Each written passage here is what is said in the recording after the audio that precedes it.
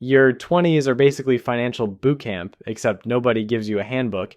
And the drill sergeant is your landlord demanding rent money every month. If you're scrolling through social media, wondering how everyone else seems to have their money figured out while you're eating ramen for the third night in a row, this video is going to be a game changer. I'm about to walk you through the exact money milestones you need to hit in your 20s to set yourself up for a lifetime of financial success. My name is Nick, and I help people understand how to build wealth without needing a trust fund or a crystal ball to predict the stock market. If you're tired of living paycheck to paycheck and ready to actually take control of your financial future, make sure to subscribe to the channel and hit that like button if this information helps you out. Here's the brutal truth that nobody wants to tell you. The financial decisions you make in your 20s will either set you up for decades of freedom or trap you in a cycle of financial stress that follows you well into your 30s and beyond. Most people treat their 20s like a financial free-for-all, thinking they'll figure it out later. But later becomes never, and suddenly you're 35 wondering why your net worth looks like a phone number from the 1920s. The good news? You have something that money can't buy and billionaires would trade anything for: time. And if you use that time strategically, you can accomplish financial milestones that will make your future self want to send thank you cards to your current self. But before we dive into these life-changing milestones, let me ask you something. When you think about your financial future, what comes to mind? Maybe you picture yourself finally being able to afford more than the cheapest item on every menu, or perhaps you dream of not having a mini panic attack every time your phone buzzes with what might be a bill notification. Whatever your vision looks like, the milestones I'm about to share will help you get there faster than you think possible. Let's start with the foundation that every wealthy person builds their empire on, but somehow nobody teaches you about in school. Milestone 1, master the art of not going broke. The first milestone sounds almost insultingly simple, but it's where most people completely fail. You need to create and stick to a budget. I know, budgeting sounds about as exciting as watching paint dry in slow motion, but here's the thing that might surprise you. People who budget aren't restricting their lives, they're buying their freedom. Think about it this way. Every dollar that leaves your account without a plan is a vote for staying exactly where you are financially. Every dollar that you intentionally direct toward a goal is a vote for the life you actually want to live. The question is, which future are you voting for? The most effective budgeting framework that actually works for real people in the real world is the 50-30-20 rule. 50% of your after-tax income goes to needs like rent, groceries, and utilities. 30% goes to wants like entertainment, dining out, and that streaming service you forgot you were paying for. And 20% goes to savings and debt repayment. Now, if you're thinking 20% sounds impossible on your current income, you're not alone. Between student loans and entry-level salaries, many people in their 20s can't hit that 20% target immediately. But here's the key. Start with whatever you can, even if it's just 5%. The habit of saving is more important than the amount when you're building your foundation. The real magic happens when you start tracking every dollar that flows through your life. Most people have no idea where their money actually goes. They think they're being responsible, but then they check their bank account and wonder if someone else has been using their debit card to fund a secret lifestyle.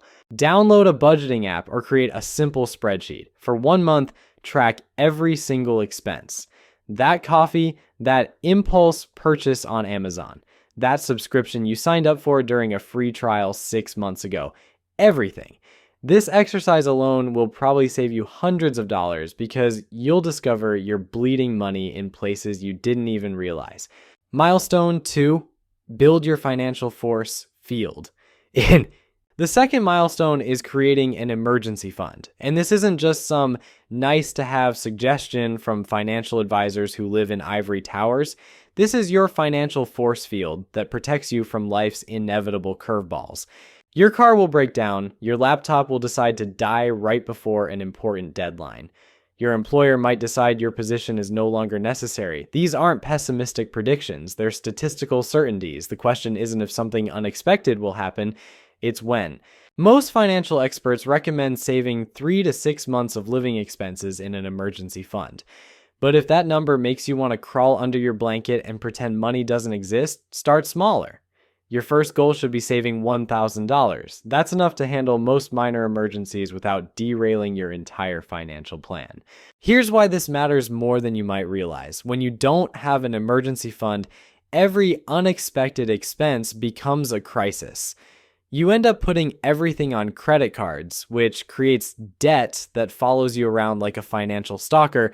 But when you have that emergency fund sitting in your account, unexpected expenses become minor inconveniences instead of life-altering disasters. The key is keeping this money somewhere easily accessible but separate from your regular checking account. A high-yield savings account works perfectly. You want to be able to access the money quickly when you need it, but you don't want it so convenient that you accidentally spend it on something that isn't actually an emergency. And let's be clear about what constitutes an emergency. Your friend's bachelor party in Vegas is not an emergency. A surprise sale on those shoes you've been eyeing is not an emergency. Your car needing new tires because the old ones are bald and dangerous is an emergency. Your laptop dying when you need it for work is an emergency. Milestone 3. Become a credit score superhero. The third milestone is building excellent credit. And this is where a lot of young people either get it completely wrong or ignore it entirely. Your credit score is like a financial report card that follows you everywhere. It affects your ability to rent an apartment, get approved for loans, and even influences some job applications. The beautiful thing about building credit in your 20s is that time is on your side. Credit scores reward long-term responsible behavior, so starting early gives you a massive advantage. The length of your credit history accounts for 15% of your credit score, which means every month you wait to start building credit is a month you can't get back. If you don't have any credit history, getting your first credit card might feel like trying to get a job that requires experience when you need a job to get experience. But there are ways around this catch-22 situation. Student credit cards and secured credit cards are designed for people with limited credit history. Once you have a credit card, here's the golden rule that will keep you out of trouble. Only charge what you can afford to pay off in full every single month. Treat your credit card like a debit card that gives you rewards and builds your credit history. If you can't pay cash for something, don't put it on your credit card unless it's a genuine emergency. Your payment history is the most important factor in your credit score, accounting for 35% of the calculation. This means paying every bill on time, every single month, no exceptions. Set up automatic payments if you have to. One late payment can undo months of responsible credit building. The second most important factor is your credit utilization, which is how much of your available credit you're actually using. Keep this below 30% of your total credit limit, but ideally below 10% for the best possible score. If your credit card has a $1,000 limit, try to keep your balance below $100 at any given time. Building excellent credit in your 20s is like planting a tree. It takes time to grow, but once it's established, it provides benefits for decades. A high credit score can save you tens of thousands of dollars in interest over your lifetime on mortgages, car loans, and other major purchases. Milestone 4. Start your wealth building machine. The fourth milestone is where things get really interesting, and it's the one that separates people who stay broke from people who actually build wealth. You need to start investing for retirement, even if retirement feels about as relevant to your current life as learning ancient Mesopotamian poetry.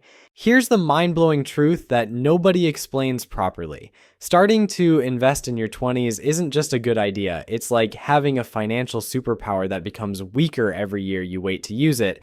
Thanks, 25 is worth significantly more at retirement than every dollar you invest at 30 to compound interest, every dollar you invest at 5. Let me put this in perspective with some numbers that might make you want to call in sick to work tomorrow so you can set up a retirement account.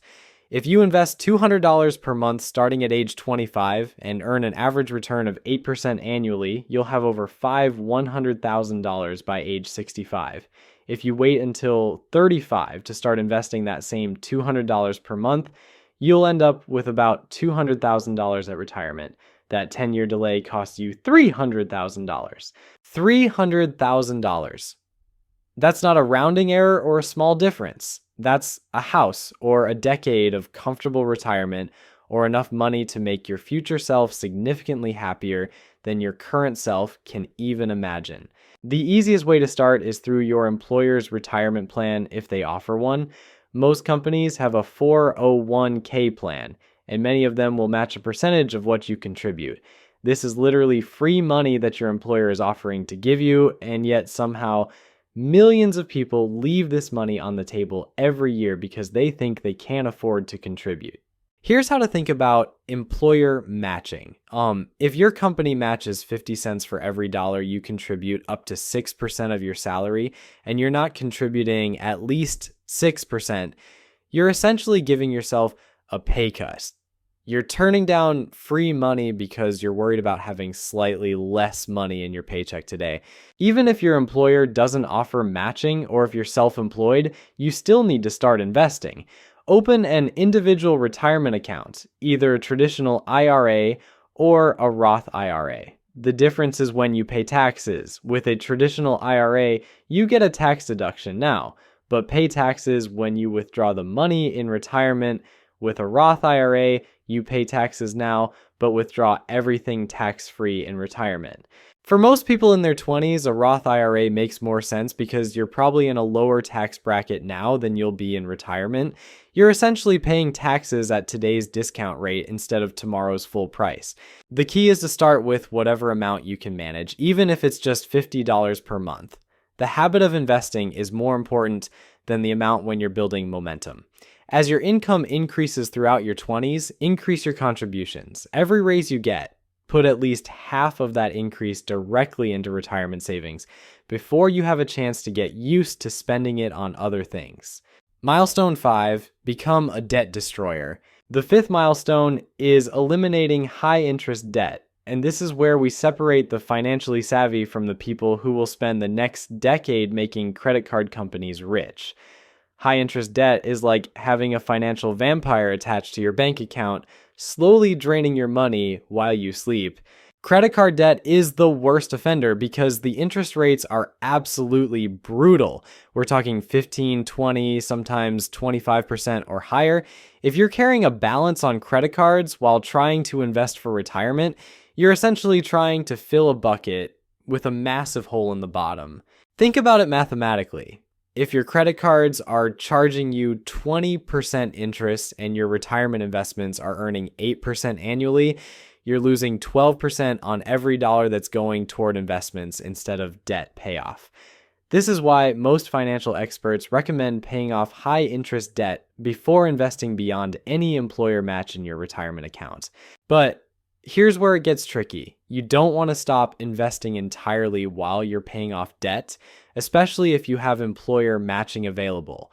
The strategy is to contribute enough to get the full employer match, which is usually around 3 to 6% of your salary, then throw every extra dollar at your high interest debt until it's gone.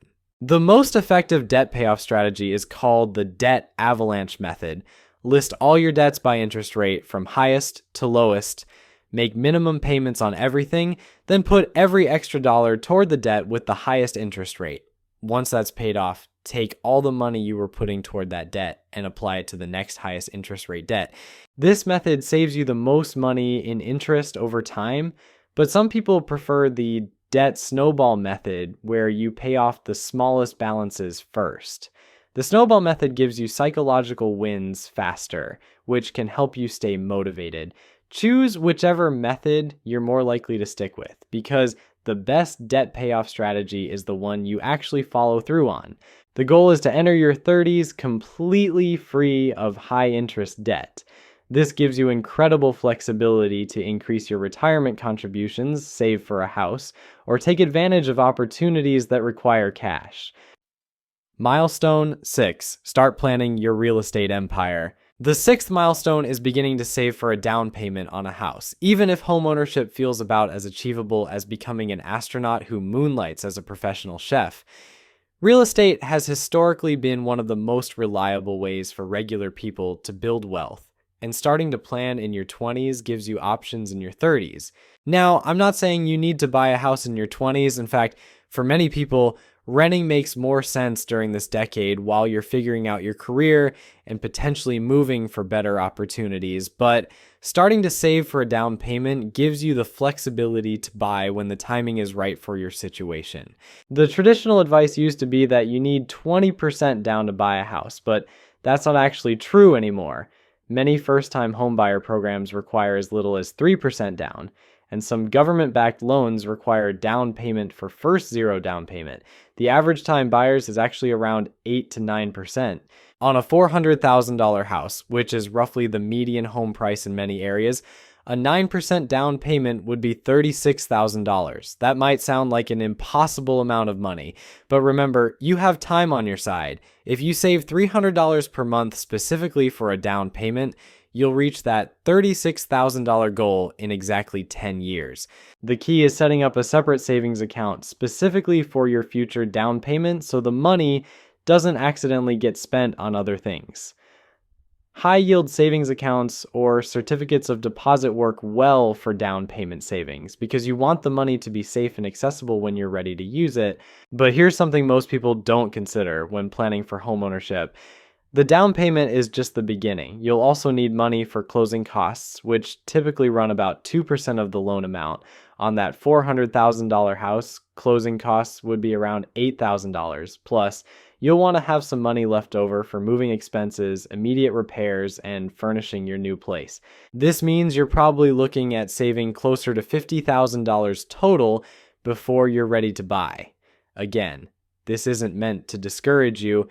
It's meant to help you plan realistically so you're not caught off guard when you're ready to make that purchase.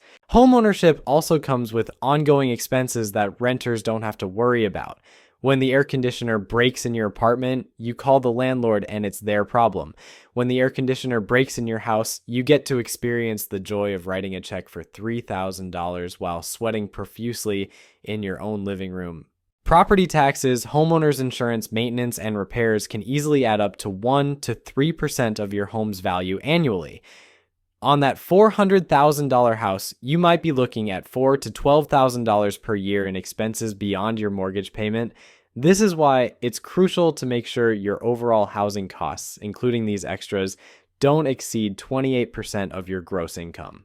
But here's why homeownership can be such a powerful wealth building tool. Every mortgage payment you make reduces your loan balance and potentially builds equity. Unlike rent, which disappears forever into your landlord's bank account, mortgage payments are partially going towards something you own. Plus, if your home appreciates in value over time, you benefit from that appreciation. The earlier you buy, the more time you have to pay off your mortgage and build equity. Someone who buys a house at 28 and gets a 30-year mortgage will own their home outright at 50. Imagine entering 8. Your 60s with no housing payment beyond property taxes and insurance. That's the kind of financial freedom that makes early retirement actually own financial advisor. The seventh and possible. Milestone 7, Become Yord. Final milestone is developing genuine financial literacy. And this goes way beyond just knowing that you should spend less than you earn. You need to understand how money actually works in the modern economy because the people who understand money are the ones who end up with more of it. This means learning about different types of investments beyond just throwing money into a retirement account and hoping for the best. You should understand the difference between stocks and bonds, what index funds are and why they're so popular, and how compound interest actually works in practice, not just in theory. Look, your 20s might feel like financial chaos right now, but hitting these milestones will transform you from someone who panics at ATM receipts to someone who actually knows what they're doing with money. Your future self will either thank you for starting today or wonder why you spent another year scrolling through social media instead of building wealth. The choice is yours, but I know which version of yourself you'd rather be.